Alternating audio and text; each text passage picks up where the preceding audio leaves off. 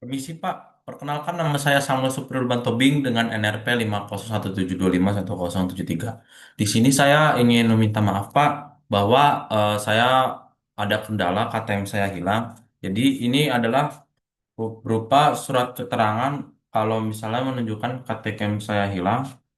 Mohon maaf kalau nggak terbaca. Kalau ini surat tanda kehilangan dari polisi dan ini adalah ini KTM soft file foto yang pernah saya pakai Pak. Sekali lagi saya minta maaf, Pak. Oke. Di sini saya akan menjelaskan prinsip dan konsep skala Mohs.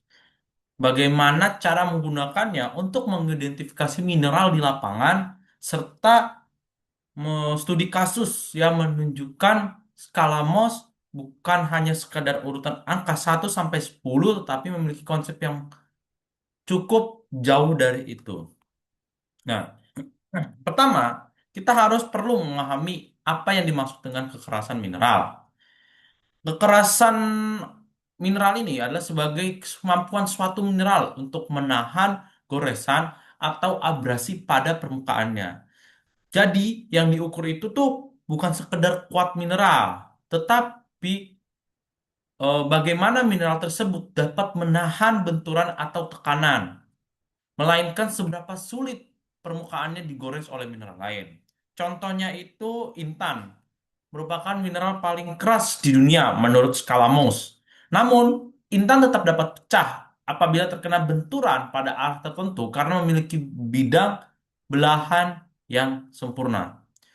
Jadi, keras itu tidak selalu kuat terhadap benturan. Kekerasan hanya berkaitan dengan ketahanan terhadap goresan. Lalu kedua adalah skala Mohs yang merupakan skala relatif, bukan skala absolut. Artinya, angka pada skala Mohs itu menunjukkan urutan kemampuan suatu mineral untuk menggores mineral lainnya, bukan menunjukkan besarnya kekuatan secara matematis. Nah, prinsipnya itu, jika suatu mineral mampu menggores mineral lain, berarti mineral tersebut memiliki tingkat kekerasan yang lebih tinggi. Sebaliknya, jika tidak mampu menggores dan justru tergores, berarti mineral tersebut lebih lunak. Kita ambil contoh kuarsa yang memiliki kekerasan 7 mos, tetap mampu menggores ortoklas yang memiliki kekerasan 6. Tetapi ortoklas tidak mampu menggores kuarsa. Nah, jadi angka mus ini tuh hanya menunjukkan peringkat, bukan selisih kekerasan yang sebenarnya. Lalu lalu yang ketiga selanjutnya adalah menyusun 10 mineral standar berdasarkan tingkat kekerasannya. Nah, ini adalah seorang mineralogis asal Jerman bernama Friedrich Mohs pada tahun 1812 yang sudah menyusun skala 1 sampai 10 tentang kekerasan. Nah, skala 1 adalah talk yang merupakan mineral paling lunak. Terus skala kedua adalah gypsum, skala 3 adalah kalsit, skala 4 adalah fluorid, skala 5 adalah apatit, skala 6 adalah feldspar, skala 7 adalah quartz, skala 8 adalah topaz, skala 9 adalah korundum. Korundum, ya. Mineral penyusun batu permata. Lalu skala 10 atau yang paling keras di alam itu adalah diamond atau intan. Nah, bagaimana sih cara menentukan kekerasan suatu mineral? Nah, metode yang sering dipakai, yang digunakan dalam kehidupan sehari-hari itu scratch test atau uji gores. Singkatnya itu dua mineral digesekkan satu sama lain. Apabila mineral A meninggalkan goresan permanen pada mineral B, maka mineral A memiliki kekerasan yang lebih tinggi. Begitu juga sebaliknya. Tetapi terkadang pada kasus eh, yang terjadi itu tuh ketika digores terdapat serbuk-serbuk putih. Nah, itu tuh harus diusap atau dibersihkan itu tuh karena terkadang seorang ahli geologi itu bisa pun salah. Makanya itu tuh harus dibersihkan untuk melihat apakah itu meninggalkan goresan permanen ataupun tidak. Nah, Pada kasus pertama yaitu skala Mohs bersifat relatif, absolut. Nah, em, apa ya? Ini tuh kasus yang lumayan banyak dibicarakan.